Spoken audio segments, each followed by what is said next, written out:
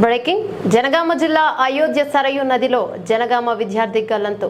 అయోధ్య సరయూ నదిలో జనగామ విద్యార్థి గల్లంతు. ఉత్తరప్రదేశ్ రాష్ట్రంలోని అయోధ్యలో సరయూ నది ఘాట్ వద్ద జనగామ జిల్లా వాసి తేజస్విని గల్లంతైన సంఘటన సోమవారం జరిగింది. సంఘటన ఆలస్యంగా వెలుగులోకి వచ్చింది. బాధిత కుటుంబ సభ్యులు అధికారులు తెలిపిన వివరాల ప్రకారం జనగామ జిల్లా కేంద్రానికి చెందిన తాళపల్లి నాగరాజు కుటుంబ సభ్యులు ఆయన సోదరుల కుటుంబ సభ్యులు 15 మంది వరకు 3 రోజుల క్రితం అయోధ్యకు మొక్కులు చెల్లించుకోవడానికి వెళ్లారు. రామ మందిరంతో పాటు స్థానిక ఉండే పలు ఆలయాలను సందర్శించారు.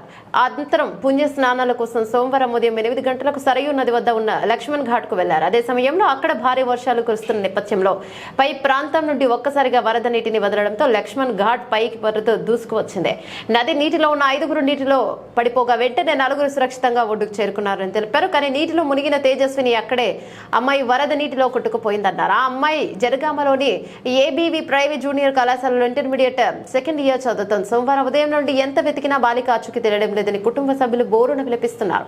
కేంద్ర మంత్రులు కిషన్ రెడ్డి, బండి సంజయ్ ఉత్తరప్రదేశ్ అధికారులతో మాట్లాడినప్పటికీ పెద్దగా ఫలితం లేకుండా పోయిందని, బాలిక తేజస్విని ఆచూకీ తెలియక కుటుంబ సభ్యులు కన్నీరు మున్నీరవుతూ ఇప్పటికే సరయూ నది లక్ష్మణ్ ఘాట్ వద్దే ఉన్నారు. తెలంగాణ ప్రభుత్వం సమస్యపై స్పందించి బాధిత కుటుంబ సభ్యులకు ఓదార్పు కలిగించే విధంగా చర్యలు తీసుకోవాలని స్థానిక ప్రజలు కోరుతున్నారు.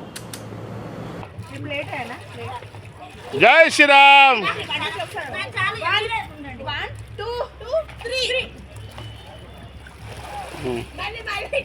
జై శ్రీరామ్.